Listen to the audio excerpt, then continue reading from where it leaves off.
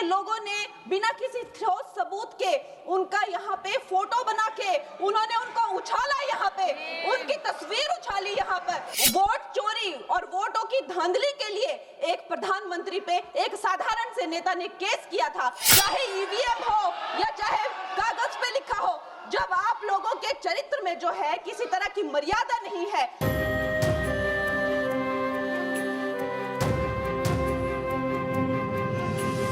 अध्यक्ष महोदय जी, मैं आपकी बहुत धन्यवादी हूं कि आपने मुझे चुनावी सुधारों पर बोलने का मौका दिया है, खासकर इसलिए क्योंकि मैं एक नई सांसद हूं, मुझे दूसरों का नहीं पता उनका कैसा अनुभव रहा, लेकिन पिछला ये एक साल मेरे लिए खासकर विपक्ष से रिलेटेड जो है बहुत ही ज़्यादा चिंताजनक रहा है। एक तरह से ट्रॉमेटिक मैं इसे कह सकती हूँ।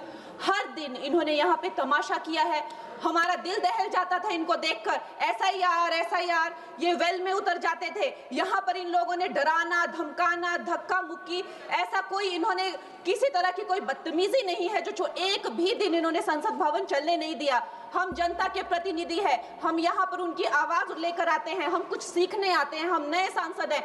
इन्होंने संसद अगर पिछले 2-3 दिन को छोड़ा जाए तो साल भर शायद ही थोड़ा चलने दिया है। एसआईआर कर करके इन्होंने यहाँ पे तमाशे किए, लेकिन अब जब इनको बोलने की बारी आई एसआईआर पे, तो अध्यक्ष महोदय जी हम देख रहे हैं कि कल leader of opposition Rahul Gandhi ji ने, मुझे लगा क्या खुलासा होगा, हम भी बड़े उत्सुक थे, सारी साल हमने एक ही शब्द सुना है, अब ये क्या ग्रैंड रेवलेशन होगी। लेकिन राहुल गांधी जी जो लीडर ऑफ ऑपोजिशन है, उन्होंने कल जब कहा खादी है, खादी में धागे हैं, धागे में लोग हैं, लोगों के अंदर, उनको जब कहा गया कि आप पॉइंट की बात कीजिए, तो उन्होंने कहा कि मैं अपना फ्रेम कर रहा हूं, मैं अपना आर्ग्यूमेंट फ्रेम कर रहा हूं। और इतनी देर बाद जब वो फ्रेम करके पहुंचे तो ले देकर वो वापस उसी अंतर्राष्ट्रीय मूल की महिला, अध्यक्ष जी मैं एक महिला होने के नाते आपसे रिक्वेस्ट करना चाहती हूं कि every woman is entitled to her dignity. वो अंतर्राष्ट्रीय मूल की है, विदेशी महिला है, लेकिन उन्होंने कितनी बार आकर उन्होंने सोशल मीडिया पे कहा है कि मैं कभी भारत नहीं गई हूं, मेरा हरियाणा चुनाव से कुछ लेना देना नहीं है। लेकिन फिर भी ये लोगों ने बिना किसी ठोस सबूत के उनका यहाँ पे फोटो बना के उन्होंने उनको उछाला, यहाँ पे उनकी तस्वीर उछाली, यहाँ पर और यहाँ पर प्लेक कार्ड यूज करना भी अलाउ नहीं है। इन्होंने फिर भी नियमों का उल्लंघन किया। मैं चाहती हूँ सबसे पहले तो मैं इस सदन की तरफ से उन महिला से बहुत ही माफी मांगती हूँ कि इस सदन में बिना कि उनकी आजकल जो पर्सनैलिटी राइट्स का भी एक बहुत बड़ा क्राइम होता है, उसके उपरांत उनका फोटो यहाँ यूज किया गया, मुझे बहुत खेद है। भारतीय संसद की तरफ, संसद भवन की तरफ से हम उनसे माफी मांगते हैं।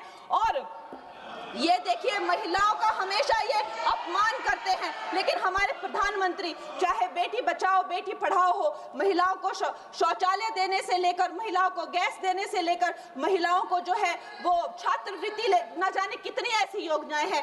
कांग्रेस वालों शायद तुम लोग ये समझ नहीं पा रहे हो, ईवीएम्स हैक नहीं करते हैं प्रधानमंत्री लोगों के दिलों को हैक करते हैं।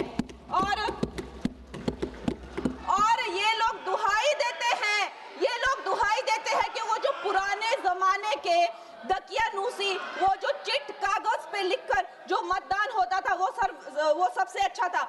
ये लोग भूल गए वो दिन, आप लोग भूल गए वो दिन। इंदिरा गांधी वर्सेस राजनारायण का केस, उसको जो है इतिहास में The case that shook the nation के नाम से जाना जाता है, उस पर मैंने एक फिल्म भी बनाई हुई है।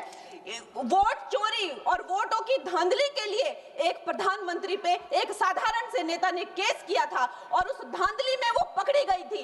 हर उनका जो आरोप है उसमें सच सिद्ध किया गया था और रातों रात उनको कुर्सी छोड़ने के लिए कहा गया था और रातों रात जो है उनको ये आदेश दिया गया था कि आगे इतने सालों तक आप कभी जो है वो चुनाव लड़ नहीं सकते। ये धांधलियां इन्होंने करी हुई हैं और ये जो है उस टाइम के बैलेट बॉक्सों को उठाकर ले जाते थे ये लोग, और आज कहते हैं कि इनको ईवीएम्स जो है वो हैक हो जाते हैं। अध्यक्ष महोदय जी, मैं इनको याद दिलाना चाहती हूँ, प्रियंका गांधी जी कहती हैं कि छोड़ो पुरानी बातें, हम पुरानी बातें नहीं करेंगे, हम पुराने लोगों के बारे में नहीं बोलेंगे। तो मैं ये जानना चाहती हूँ कि आपकी जो माता जी हैं वो तो आपकी अध्यक्ष है और इस वक्त की वो अध्यक्ष है, उनकी जो है आप देखिए जब उनकी नागरिकता नहीं थी, जब उनके पास 1983 में नागरिकता आई, उसके कितने साल पहले से वो वोट देती आ रही हैं।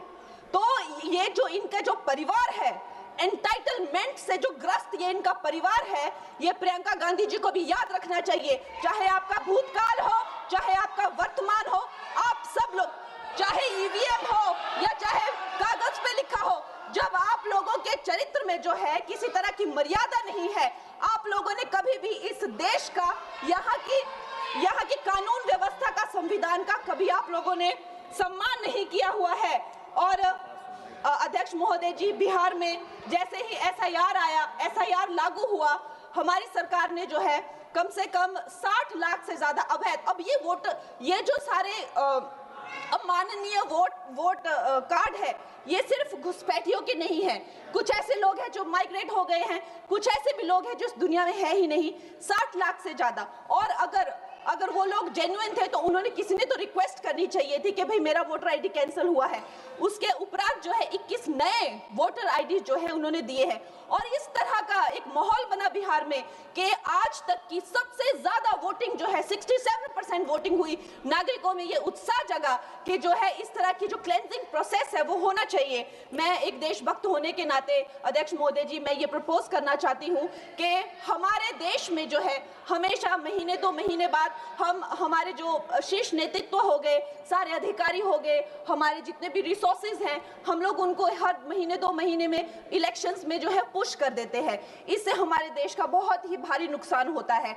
और मैं ये चाहूंगी कि 1 नेशन 1 इलेक्शन, जो नरेंद्र मोदी प्रधानमंत्री जी जो कहते हैं कि एक वोटिंग जो है डेमोक्रेसी के उत्सव के रूप में, जैसे कि दिवाली होती है, होली होती है, उस रूप में मनाया जाए। क्योंकि ये सिर्फ सरकार का ही नुकसान नहीं है, 10,000 करोड़ से ज्यादा का जो नुकसान होता है सिर्फ वही नहीं है, लेकिन मुझे लगता है कि धीरे धीरे हमारे जो नागरिक भी है उनमें जो वोटिंग फटीक है, बार बार उन्हें जागरूक करना, बार बार कई जगहों से जहां वो काम करते हैं वहां से उनको ट्रैवल करके अपने नेटिव प्लेसेस पे आना और बार बार मार्केटिंग करके, it is exhausting for the whole ecosystem.